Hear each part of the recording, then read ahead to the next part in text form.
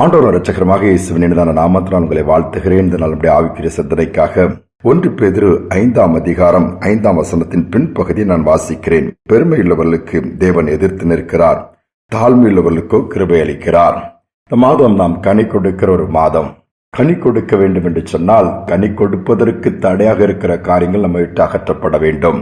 ஒரு விவசாயி நிலத்தை பண்படுத்தின பின்புதான் விதையை ஓட்டுவான் அல்லது செடிகளை நாட்டுவான். கற்களை பொறிக்க அந்த மண்ணை சரியாக்கி அதில் உள்ள எல்லாத்தையும் முட்கள் தேவையில்லாத எடுத்து போட்டுவிட்டு அதற்கு பின்பு அது வளர்ந்து வரும்போது கூட களைகளை அப்புறப்படுத்தி அதற்கு வேண்டிய நல்ல சத்து உணவுகளை கொடுத்து தான் வளர்ப்பான். அதே மாதிரி நம்முடைய வாழ்க்கையிலும் கனி கொடுக்கிறவர்களாய் மற்றவர்களுக்கு பிரயோஜனமாய் இருக்கிறவர்களாய் மாற வேண்டும் என்று சொன்னால் நாம் நம்மை விட்டு தூக்கி போட வேண்டிய அகற்றப்பட வேண்டிய சில காரியங்களை செய்துதான் ஆக வேண்டும்.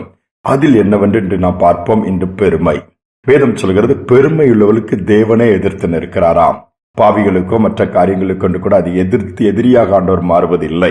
ஆனால் இந்த இடத்தில் மட்டும் தேவனே நமக்கு அகைன்ஸ்டாய் மாறி விடுகிறார். அப்பொழுது யோசித்து பாருங்கள், தேவனுக்கு எதிர்த்து நிற்க முடியுமா? யாராலுமே முடியாதே.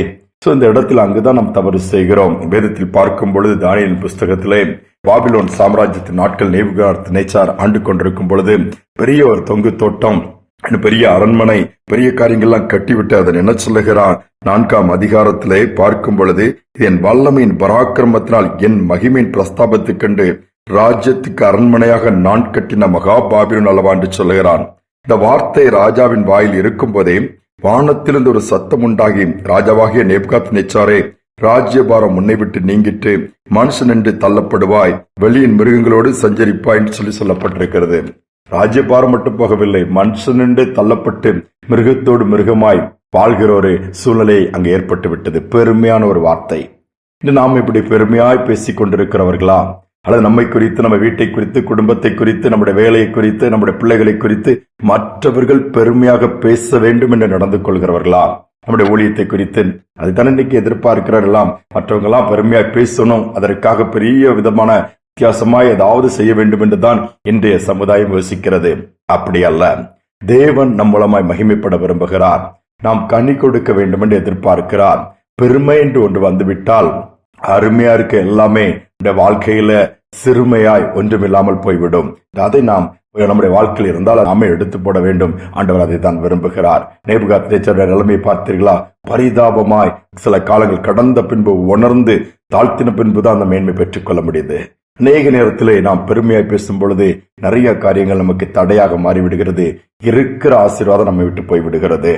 ஒரு ஊழியருடைய வாழ்க்கையை நான் படித்த புத்தகத்திலே பார்க்கும் பொழுது, அவர் அமெரிக்க ஐக்கிய நாடுகளில் தனது 5வது பெரிய எழுப்புதல் கூட்டத்தை நடத்த போகிறார். ஊழியத்திற்காக எல்லா ஆயத்தமும் ரெடி, செய்தியை ரெடி பண்ணிவிட்டு அப்படியே நடந்த அந்த பகுதியை சுற்றி வந்து நடந்து கொண்டிருக்கிறார் ஜெபித்துக் கொண்டே. அந்த அரங்கத்திற்குள்ள அந்த ஆடிட்டோரியம் போகும்பொழுது வெளியே ஒரு பெரிய போர்டு இருக்கிறதை பார்க்கிறார். அந்த போர்டில் பார்க்கும் பொழுது ஜிப்சி ஸ்மித் உலகில் மிகப்பெரிய சுவிசேஷர் என்று தொங்கப்பட்டிருக்கிறது. அந்த ஊழியருடைய பெயர் ஜிப்சி ஸ்மித். உடனே அங்கு நின்று விட்டார். நின்ற உடனே அதை ஆர்கனைஸ் பண்ணவங்களை கூப்பிட்டு, எப்பா அந்த ஃபர்ஸ்ட் இந்த பேனர் தூக்கி வைப்பா அப்படின்னாராம். இல்லையா, என்னையா அப்படின்னா, அப்பதான் நிறைய பேர் வருவாங்க பார்த்து. அதெல்லாம் தேவையில்லை. ஆவியானவருக்கு உணர்த்துகிறார். இப்படிப்பட்ட ஒரு பேரை பெருமைப்படுத்துகிற பிரஸ்தாபப்படுத்துகிற காரியம் அகற்றப்பட வேண்டும் என்று சொல்வதே அவர் சொல்லலாம். இருக்கட்டையா அப்படின்னு சொல்லும்போது அவர் மீண்டும் சொன்னாராம், நீங்கள் இவ்வளவு பெருமையாக இந்த பேனர் என்னை குறித்து வைப்பீர்கள் என்று சொன்னால் நான் உள்ளே வந்து கூட்டத்தை நடத்தலாம். அங்கு இயேசு இருக்க மாட்டார். இயேசு இல்லாமல் ஒரு கூட்டத்தை நடத்தி என்ன பிரயோஜனம்? மாற்றம் வராதே, அற்புதம் நடக்காதே, வல்லமை வெளிப்படாதே. அவர்கள் அகற்றினார்களாம். இதுதான் தாழ்மை. பெருமையான காரியங்கள் எதுவாக இருந்தாலும் டைம் கிடைக்கும்போது கொஞ்சம் நம்ம வாழ்க்கையை யோசித்து பார்ப்போம். எங்கேயாவது பேசிட்டோமா, அப்படி நடந்துட்டு இருக்கிறோமா, அல்லது எதிர்பார்க்கிறோமா, அதை சரி பண்ணிட்டோம்னாலே அங்கு ஆண்டவர் நமக்கு சாதகமாக வந்து விடுவார். காரியங்கள் நடக்க ஆரம்பித்தவர்களோட பிள்ளைகள் வாழ்க்கையில மாற்றம் இல்ல, பின்வாங்கி போயிட்டாங்க, இப்படி ஆயிடுச்சு, நிலைமை எதிர்கால கேள்விக்குறியாயிடுச்சு. எங்கேயாவது பெருமையா பேசிருக்கீங்களா? என் பிள்ளை மாதிரிலாம் அவங்க கிடையாது, அல்லது அவங்கள மாதிரிலாம் என் பிள்ளை கிடையாது, இப்படி நிறைய பேசுறோம்லாம். இன்னைக்கு அதெல்லாம் ஒழுங்குபடுத்தும். வீட்டுல யாரை குறித்து, எதை குறித்து, பொருளை குறித்து, என் வீடு கட்டின காரியங்களை குறித்து கூட, வேலையை குறித்து வேண்டாம். அவைகள் நம்மை விட்டு அகன்று போவதற்கு முன்பாகவே தாழ்த்துவோம். கிருபை கொடுப்பார். மீண்டுமாய் எல்லாவற்றையும் அருமையாக மாற்றிக் கொடுப்பார். ஜெபிப்போம். அன்பின் தகப்பனே, இந்த நாளிலும் கனி கொடுக்கும்படியா நீர் விரும்புகிறீரப்பா. அதற்காக தான் எங்களை ஜீவனோடு வைத்திருக்கிறீர். அதற்காக தான் இந்த மாதத்தை கூட்டி கொடுத்திருக்கிறீர். அநேக நேரத்தில் நாங்கள் எங்களை குறித்து பெருமையாய் பேசி விடுகிறோம். மற்றவர்கள் எங்களை குறித்து பெருமையாக பேச வேண்டும் என்கிற நோக்கத்தோடு தான் ஒவ்வொரு நாளும் ஓடிக்கொண்டிருக்கிறோம். அப்படி அல்ல, எங்களை தாழ்த்த மாற்ற கற்றுக் கொடுங்கப்பா. எங்களுக்கு ஒரு பெருமையான அந்த மேட்டிமையான சிந்தையை எங்கள் இருதயத்தை விட்டு சிந்தனை விட்டு எடுத்து போடுங்கப்பா. இங்க அநேக இடத்துல நாங்கள் பெருமையா பேசின இழப்புகள் எவ்வளவோ சந்தித்திருக்கிறோம்.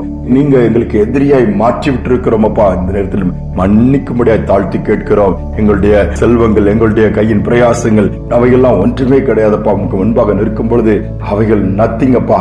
நீங்க தான் எங்களுக்கு எல்லாம் என்று சொல்லி எங்களை தாழ்த்தி ஒப்பு கொடுக்கிறோம். மனத்தாழ்மை அணிந்து கொண்டவர்களாய் இன்னும் தாழ்த்தி உம்மை உயர்த்துகிறவர்களாய் எங்களை மாற்றுவீராக. இதை கேட்டுக்கொண்டிருக்கிற பிள்ளைகள் ஒருவரை தங்களை தாழ்த்தி தங்களுடைய சிந்தனைகளிலே எல்லாம் உம்மை மேன்மையாக வைத்தும் பக்கம் திரும்பார்கள் சொன்னால் இவைகள் எல்லாம் இழந்து போனார்களோ, இவைகள் எல்லாம் நொறுங்கி போனதோ, இவைகள் எல்லாம் ஒன்றில்லாமல் கையை விட்டு அப்புறப்படுத்தப்பட்டதோ, அவைகள் எல்லாவற்றையும் மீண்டுமாய் திருப்பிக் கொள்ள உதவி செய்வீராக. நாள் முழுவதும் நாங்கள் பெருமையை தூக்கி போட்டுவிட்டு உம்மை காண்பிக்கிறவர்களாய், உம்மை உயர்த்துகிறவர்களாய், தாழ்மையை அணிந்து கொள்கிறவர்களாய் வாழ்ந்து கனி கொடுக்க உதவி செய்யும். துதிகனமை ஏற்றுக்கொள்ளும் இயேசுவின் நாமத்தில் பிதாவே, ஆமேன் ஆமேன். நம்மை தாழ்த்துவோம், பெருமையான காரியங்களை நம்ம விட்டு அகற்றுவோம். கனி கொடுக்கிறவர்களாய் நிச்சயமாகவே நாம் மட்டுமல்ல நம்முடைய குடும்பமே மாறிவிடும். இந்த சிந்தனையோடு இந்த நாளை தொடர்வோம். மீண்டும் நாளை தினம் சந்திப்போம்.